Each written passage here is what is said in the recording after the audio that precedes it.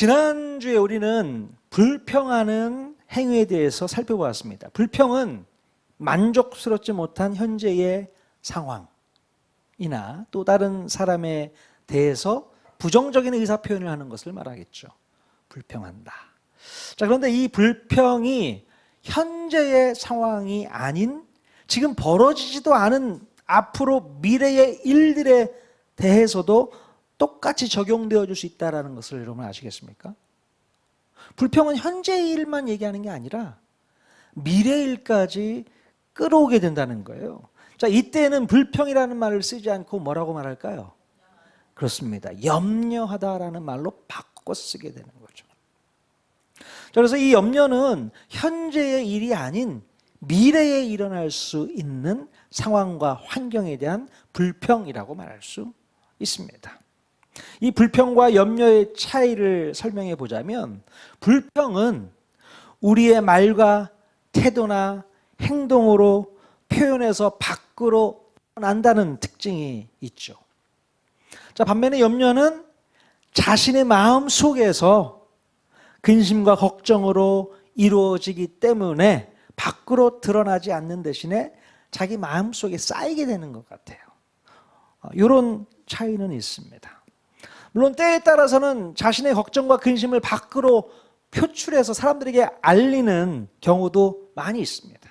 하지만 대부분의 경우에는 자신의 마음속에서 미래의 일들을 소환해서 그것을 묵상함으로 염려라는 행위를 통해 감정 소비를 하는 것을 볼 수 있습니다. 그러니까 늘 감정적인 소모를 하고 사는 것 같아요. 걱정하고 근심하고 염려하고 지금 있는 일로 하는 게 아니라 앞으로 되어질 것 같은 그런 추측, 상상을 하면서 그것을 소환해 갖고 오는 거죠. 그래서 오늘 염려를 하는 모습을 볼 수 있게 됩니다. 자, 그런데요, 불평하는 행위와 염려하는 행위는 근본적인 공통점이 있습니다. 바로 불평과 염려는 모두 하나님을 온전히 신뢰하지 못하는 믿음의 부족에서 나온다.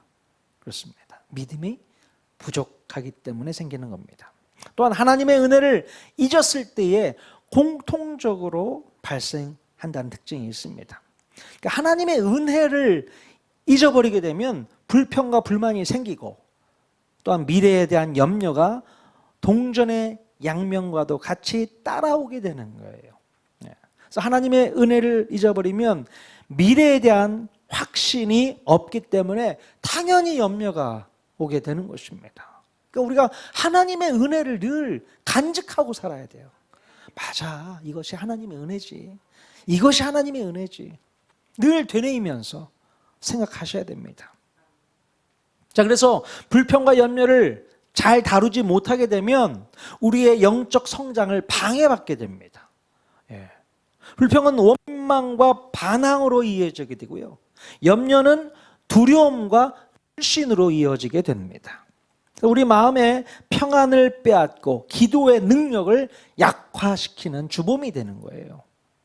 그러니 불평과 염려라는 불신앙적인 요소들을 우리 마음에서 완전히 제거해내야만 주님이 기뻐하시는 신앙생활을 할 뿐만 아니라 이 땅에서도 우리는 행복한 삶을 살아갈 수 있게 되는 것입니다. 이게 비결인 것이죠. 자, 그렇다면 오늘은 염려에 대해서 한번 구체적으로 살펴보도록 하겠습니다. 그럼 염려라는 단어를 한자로 쓰실 줄 아십니까? 저도 못 써요. 자, 근데 한자로 보면요, 똑같이 공통적으로 들어가는 한자가 있습니다. 마음심이 두 개가 다 들어가요. 생각할 염, 생각할 여에 마음심이 들어가 있는 거죠. 공통적으로. 자, 염려는 마음에 두고 계속 생각하면서 걱정하고 근심하는 것을 뜻합니다. 자, 그러면 우리의 마음을 공격하는 이 사탄은요, 이 염려라는 무기를 사용함으로써 우리의 마음을 빼앗고 또 두려움을 심어주고 하나님에 대한 불신감을 넣어주게 된다는 거예요. 이게 사탄의 역사인 것입니다. 자, 그러므로 이 염려는 내가 주체가 되어서 내가 하는 것 같지만 실제적으로는 사탄이 사탄이 주체가 되어서 사탄이 주도한다는 사실을 깨달아야 됩니다. 이게 염려의 실체입니다. 그래서 오늘 읽은 본문에서 보면 우리가 염려하지 않는다면 우리의 마음과 생각을 지켜낼 수 있지만 우리의 마음과 생각을 지키지 못한다면 우리 마음 가운데 자연스럽게 염려가 찾아오게 된다고 말씀하고 있는 거예요. 그래서 오늘 우리는 하나님의 평강이 우리의 마음과 생각을 지켜낼 수 있는 그 비결을 알아보도록 하겠습니다. 어떻게 하면 우리 마음을 지켜낼 수 있느냐. 예. 우리 인간들은요, 언제부터 염려하기 시작했을까요? 언제부터 염려하기 시작했을까요? 자, 가장 최초로 아담과 하와가 하나님의 약속을 깨뜨렸을 때부터 시작되었을 것입니다. 예. 자, 아담은 하나님과의 약속을 깨뜨리고 선악과를 따먹는 순간에 이 사탄의 유혹이 거짓이었음을 알게 되었고 이 약속을 어긴 행위에 대해서 염려함으로 두려워하게 됩니다. 야, 내가 이 선악과를 먹고 보니까 야, 사탄한테 속은 것 같아. 하나님과의 약속을 깨버렸어. 내가 그랬어. 두려움이 찾아왔겠죠. 염려했을 겁니다. 자, 또한 아담과 하와는 에덴 동산에서 쫓겨난 뒤로부터는 늘 두려움 가운데 살아야 했습니다. 뭐가 이렇게 두려웠을까요? 어떤 염려를 하며 살았을까요? 그렇죠? 자, 의식주 해결에 대한 불확실한 미래가 두려움을 가져다 줬기 때문에 그랬을 겁니다. 뭐 먹지? 뭐 입지? 어디서 잠자지? 이런 걱정이 계속 있는 거예요. 에덴 동산 안에 있었으면 먹을 게 너무나도 풍부했습니다. 일하지 않아도 열매만 따먹어도 되는 거예요. 옷도 안 입고 살았어요. 무슨 옷을 입습니까? 입을 걱정 안 해도 됩니다. 추울 게 뭐 춥지도 않고 덥지도 않고 적당한 온도 안에서 얼마나 행복했을까. 뭐 어디 누워서 자도 상관없는 거죠. 근데 에덴 동산에서 쫓겨나고 나니까 그게 의식주가 이제 심각하게 다가오는 것입니다. 자, 범죄하기 전에 에덴 동산에 있을 때에는 의식주에 대한 해결이 자유로웠고 미래에 대해서 두려운 마음이 있을 수가 없었던 것입니다. 자, 그때 필요에 따라서 모든 것을 충족할 수 있었고 해결할 수 있었기 때문에 결코 염려라는 것을 에덴 동산 안에서는 하지를 못했다는 겁니다. 그러니까 에덴 동산에서 염려했었을까요? 전혀. 염려가 뭐야? 물어봤을 겁니다. 걱정, 근심이 뭐야? 오히려 되물었을 겁니다. 그러나 죄의 본성이 인간의 마음 가운데 들어오고 나서부터 자연스럽게 염려하는 마음이 생기게 됐다는 거죠. 자, 범죄한 이후부터 인간은 이마에 땀이 흘러야 먹을 것을 얻을 수 있고 입을 것과 누울 곳을 얻을 수 있기 때문에 이제부터 문제는 심각해진 것입니다.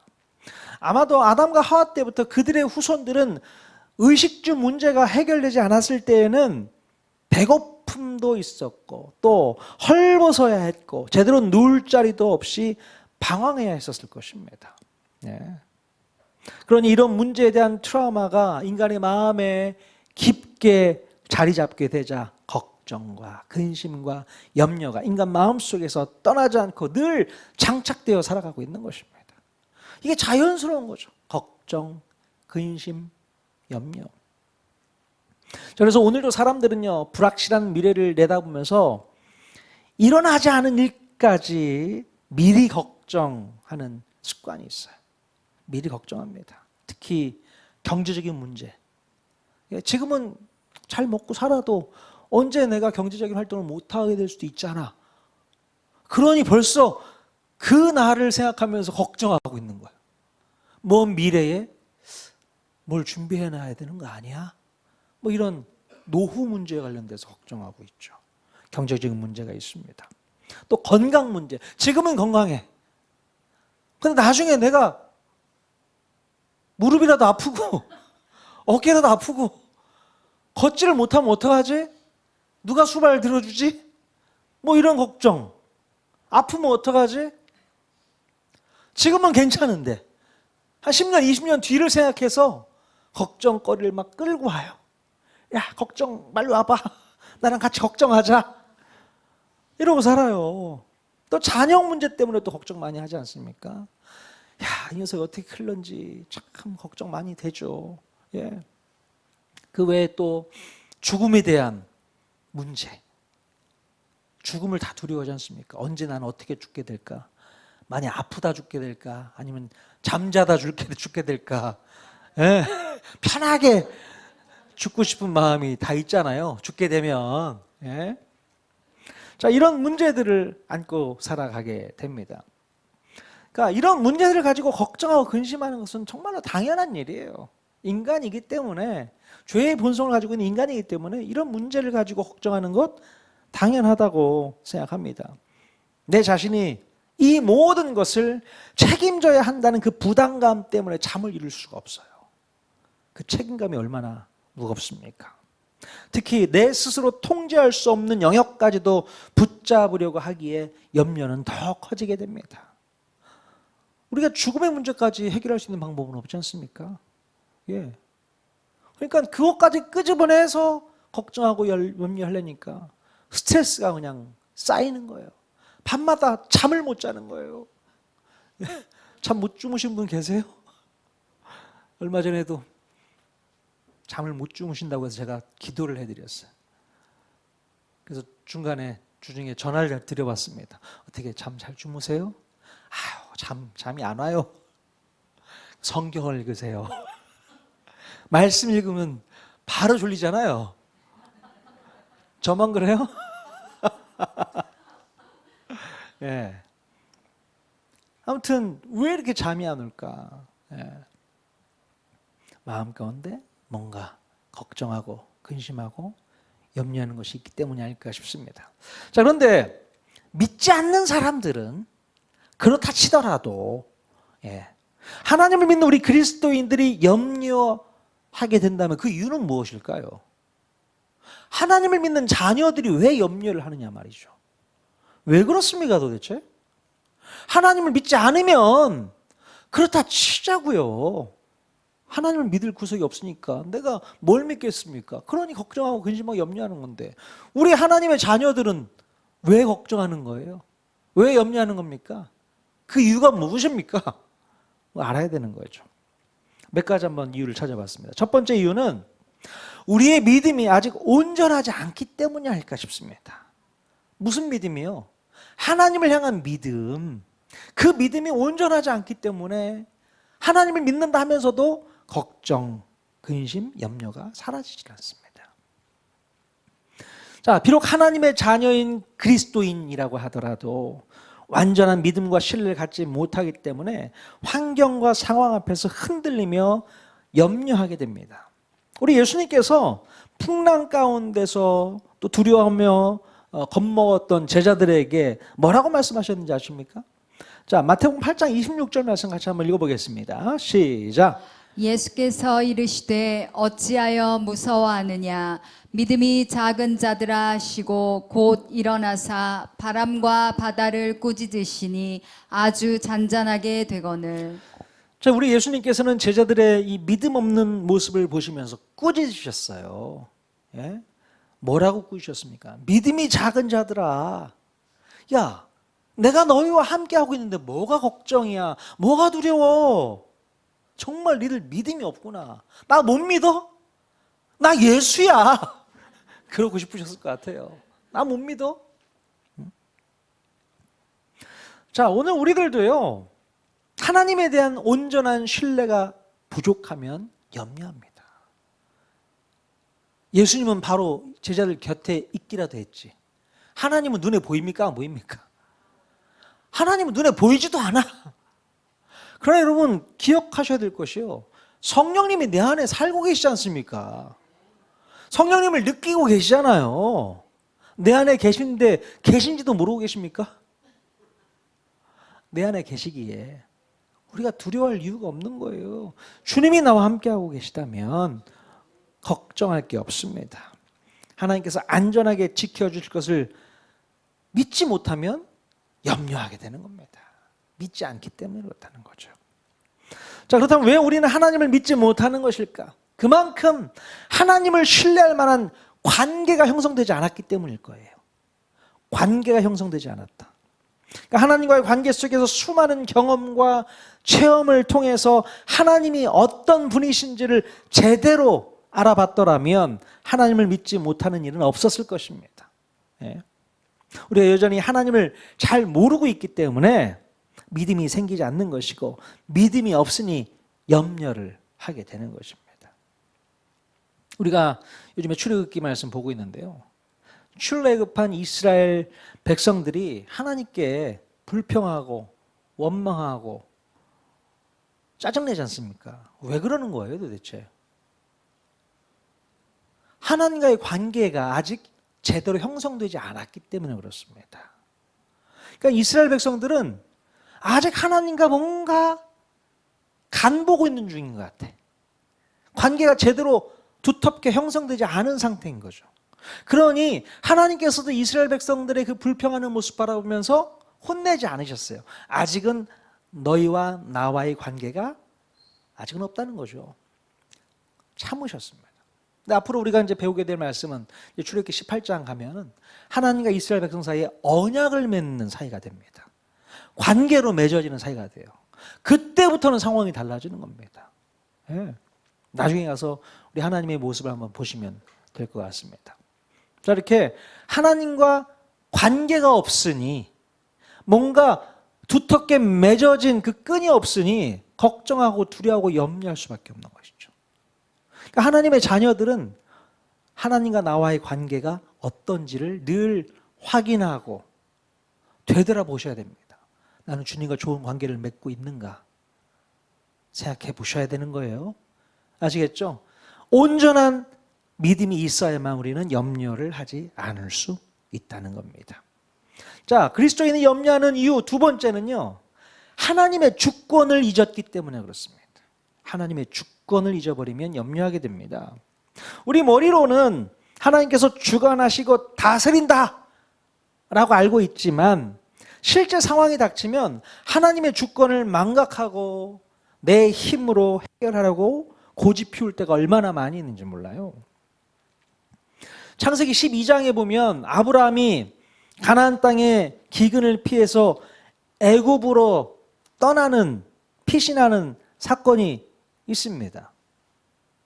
자, 그때까지만 해도 아브라함의 마음속에는 하나님의 주권적 개입이 없었을 거라고 생각을 했던 것 같습니다.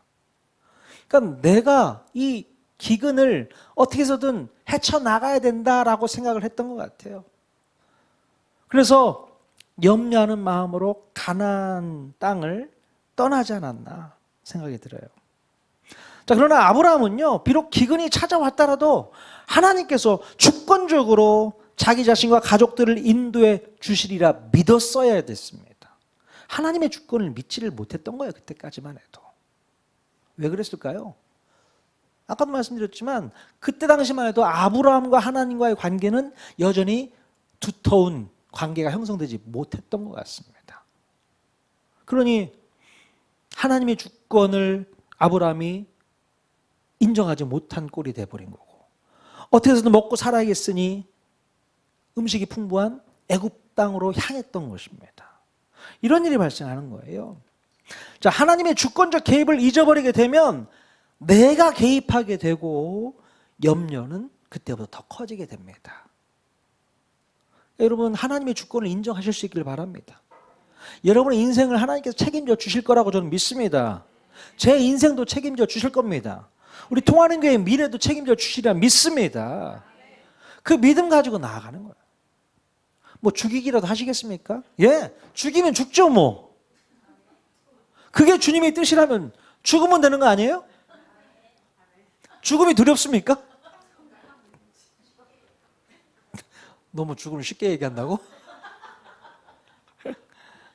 아니, 그 정도까지 하나님과 관계성 속에서 우리가 하나님의 주권을 인정하는 마음으로 나아가야 된다는 것이죠.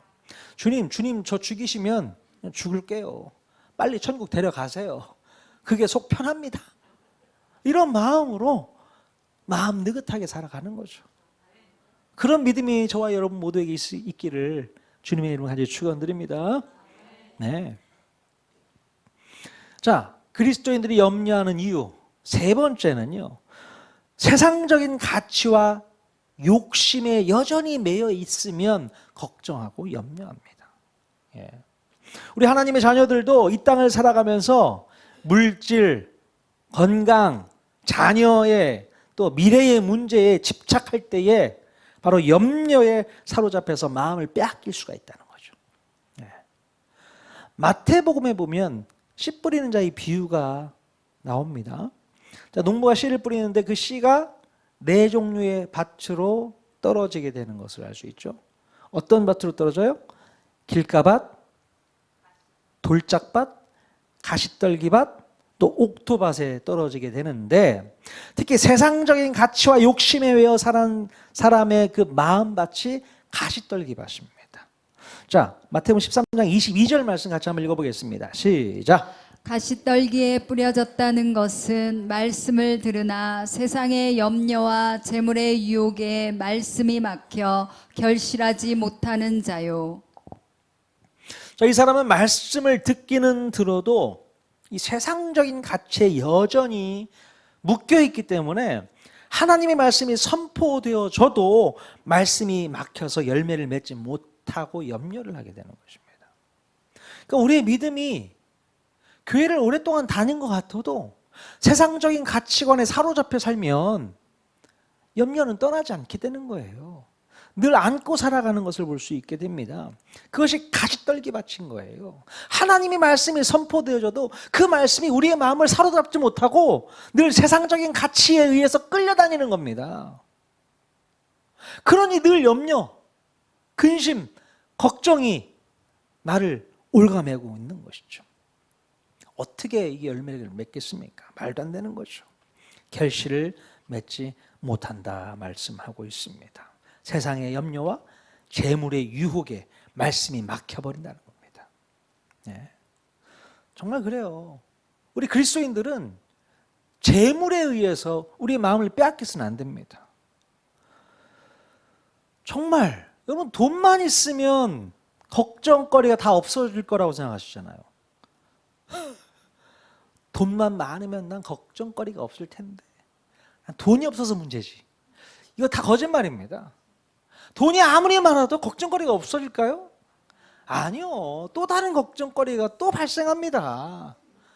별의별 일들이 많이 있거든요. 지금 당장은 내가 필요한 게 돈이니까 그런 말을 할지 모르겠지만 그게 해결되어지면 또 다른 문제가 또 있어요. 습관적으로 찾아옵니다. 걱정거리를 그냥 안고 살아가는 거예요. 자, 그렇기 때문에 우리는 이 세상적인 가치관, 욕심 다 내려버리셔야 됩니다. 그거 버리지 않으면 염려는 떠나지 않아요. 평생 행복하지 않습니다. 그 문제 때문에 거기에 집중하고 사느라 행복을 모르고 살아요. 하나님이 기뻐하시지 않습니다. 우리 그리스도인들은 다 내려놓습니다. 예, 재물에 대한 욕심 내려놓고 또 세상의 가치관 빨리 내려놓고 하나님 말씀만 붙잡고 살아가는 인생, 그런 인생 되어야만 행복할 수 있다 믿습니다. 자, 그리스도인들이 염려하는 이유 네 번째는요, 기도와 맡김이 부족하기 때문이다. 기도가 부족하고 맡기지를 못한다는 거죠. 우리 성도들에게 염려가 길게 머무는 이유는요, 기도하지 않기 때문이라는 거예요. 맡기지 못하기 때문이라는 얘기입니다. 오늘 본문에서도 보면 빌립보서 4장 6절 같이 한번 더 읽어볼까요? 같이 한번 읽어보겠습니다. 시작. 아무것도 염려하지 말고 다만 모든 일에 기도와 간구로 너희 구할 것을 감사함으로 하나님께 아뢰라. 예, 모든 일을 기도와 간구로 하나님께 맡겨야만 염려가 사라지게 된다 말씀하고 있어요. 예. 자, 그런데요, 우리가 기도를 해도 염려가 되는 이유는 완전히 맡기지를 못하기 때문이다. 완전히 맡기지를 못하기 때문에. 이 모든 문제가 다 주님의 문제라고 밀어붙이면 온전히 맡겨야만 염려가 끝나게 되는 거예요. 이건 내 문제가 아니야. 주님의 문제야. 주님께 맡겨. 그러면 염려는 끝나게 되는 겁니다. 기도하는데 온전히 맡기지 못하면 그 문제는 여전히 내 것이 되기 때문에요. 염려가 사라지지 않고 계속 된다는 거예요. 그러니 여러분, 기도할 때 믿음으로 기도를 하십시오. 기도해도 염려가 사라지지 않는 분들이 많이 있지 않습니까? 기도를 하는데 염려가 사라지지 않는다? 이거 온전히 맡기지 못해서 그런 거예요. 말로만 떠들고 하나님, 하나님, 우리의 마음을 토해놨으면 다시 가져오지 마세요. 하나님께 맡겼으면 그거로 끝나는 거지. 기도 끝나고 집에 돌아올 때 다시 잠깐만요, 그거 다시 주세요 하고 가져가면 안 된단 말이죠. 하나님, 염려거리 맡겼으니 하나님께서 책임져 주십시오. 저는 집에 돌아가서 편히 자겠습니다. 이런 마음으로 교회를 나서야 되는 거 아니겠습니까? 오늘 저녁 편하게 주무십시오. 뒷일은 다 주님께 맡기십시오. 그런 느긋한 믿음이 있어야죠. 이런 믿음 없어가지고 어떻게 앞으로 남은 시간이 얼마나 많이 있는데 그 시간을 살아갈 수 있을까요? 자, 우리의 기도가 부족하기 때문이다. 우리의 맡기는 마음이 부족하기 때문이다. 기도의 시간을 한번 늘려보시고 하나님께 온전히 맡길 수 있는 믿음을 더 가져보실 수 있기를 바랍니다. 자, 우리 그리스도인들이 염려하는 이유 마지막, 사탄의 속임수에 넘어가기 때문에 그렇다는 거죠. 그리스도인들이요, 사탄의 속임수에 잘 넘어가요. 사탄은 계속해서 우리 마음 가운데 불신과 의심의 생각을 계속 넣어줘요. 생각으로 사탄이 공격해 오거든요. 야, 정말로 하나님께서 너를 도와주시겠어? 야, 너 그 문제 해결해 주시겠어? 하나님께서 그 큰 문제를 해결해 줄 수 있겠어? 어렵지 않을까? 네? 네가 이거는 책임져야 될 문제인 것 같은데? 이러면서 마음 가운데 근심, 불안, 걱정, 염려, 분위기를 이렇게 만들어주는 거죠. 거기에 동조하게 만들어버려요. 아, 정말 그런가? 아, 맞아, 그럴 수도 있겠다. 내가 다 책임져야 되는 거 아니야? 내가 다 떠안아야 되는 거 아니야? 하나님 외면하시면 어떡하지? 사단의 거짓말에 속삭임에 여러분 넘어가지 마십시오. 사단은 거짓의 앞잡이입니다. 이간질의 앞잡이에요. 하나님과 우리 사이를 이간질하는데 선수잖아요. 하나님 그것까지 안 도와주셔. 그건 네가 해야지. 네가 할 몫이야. 그러면서 우리에게 계속 책임을 떠넘기려고 하는 거예요, 사단이. 그러니 또 걱정이 또 되는 거죠. 아, 그래, 맞아. 이건 내가 해야 될 문제인데 하나님께 맡기려고 하는 건가? 이런 생각을 갖게 되는 것이죠. 그래서 의심하게 되고 불신하게 되고 결국 근심, 걱정, 염려를 다시 떠안게 된다는 것입니다. 사단을 물리쳐야 돼요. 여러분 마음 가운데 자꾸 생각으로 던져주는 이 사단의 공격을 부실 수 있기를 바랍니다. 물리칠 수 있기를 바랍니다. 기도할 때 여러분 사탄아 물러가라. 그렇게 한번 외쳐보십시오. 더 이상 내 마음을 흔들어 놓는 사탄 떠나가! 물러가! 그래 기도하십시오. 그래야지 떠나가지. 얘들은 안 떠나가요. 계속 우리의 마음을 붙잡고 안 놔주거든요. 어떻게 해서든 이 물귀신 작전이 있잖아요. 끌고 데리고 가야 돼. 사망의 길로, 절망의 길로, 지옥의 문으로 끌고 들어가려고 하니까 우린 피해야 되죠. 너 나가. 너 나가. 이기셔야 됩니다. 자, 그렇다면 우리 그리스도인들은 이 염려의 문제를 어떻게 그러면 해결할 수 있겠느냐? 몇 가지 이야기를 하고 마치도록 하겠습니다. 이 염려의 문제 어떻게 해결할 수 있을까요? 첫 번째는 아까 말씀드렸지만 기도로 해결하자. 우리 기도에 나오셨으니까 이 답을 먼저 드립니다. 기도로 해결하자. 염려는 우리 마음의 짐이지만 기도는 그 짐을 하나님께 맡기는 통로인 줄로 믿습니다. 예. 바울은요, 아무것도 염려하지 말고 모든 일에 기도와 간구로 아뢰라고 권면하고 있어요. 아무것도 염려하지 말고 기도해, 간구해. 우리가 염려할 시간과 염려할 에너지가 있다면 그 시간과 에너지를 기도로 전환하라는 거예요. 예? 너 염려할 시간에 기도해. 예? 그 염려할 그 에너지 기도로 한번 쏟아봐. 그 얘기거든요. 자, 그것이 바로 우리의 염려를 해결하는 첫 번째 발걸음이라고 생각합니다. 기도의 자리로 나오십시오. 무슨 문제가 빡 생기면 이거 기도하는 사인이구나. 기도하러 나와야 되는 거죠. 딴 데 찾아가지 마세요. 교회 다니는 사람이 무슨 전보로 다니고 막 그럴 필요가 없어요. 근데 용하다는 권사님 쫓아다니고 이러면 안 돼. 흔히 뭐 기독교 무당이라고 하는데요.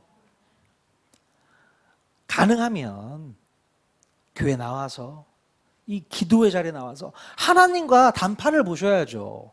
중간에 왜 사람을 끼워 넣습니까?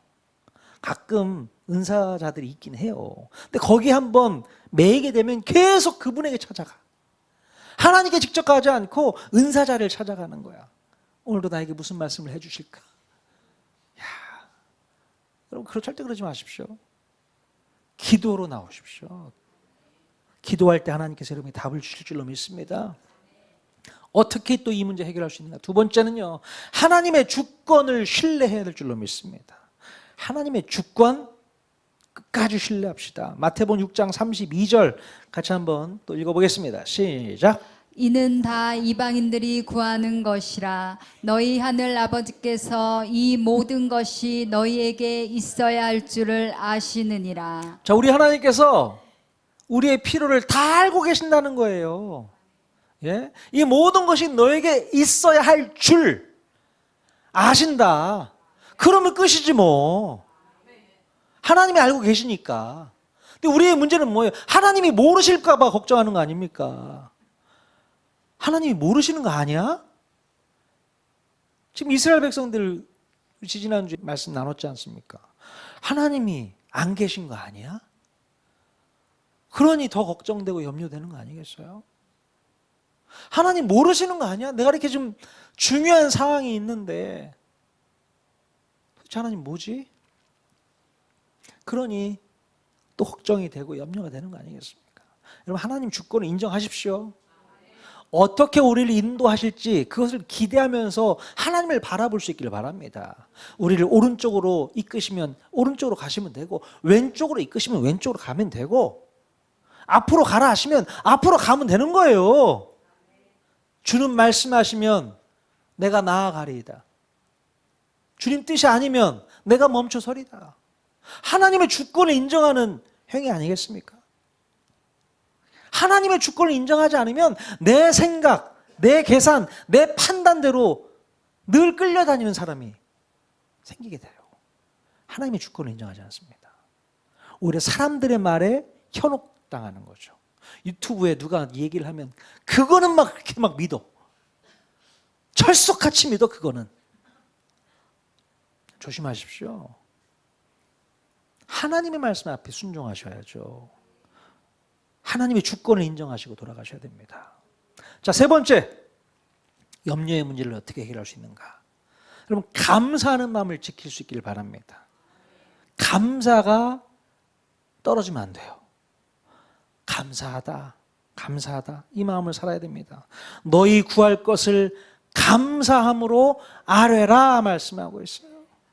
감사함을 아뢰라. 감사는 염려의 독을 무너뜨리는 해독제다. 예, 해독제입니다. 감사가 해결해 줄 수 있습니다. 그러니까 우리는 감사할 일이 없어도 감사가 나와야 되는 거예요.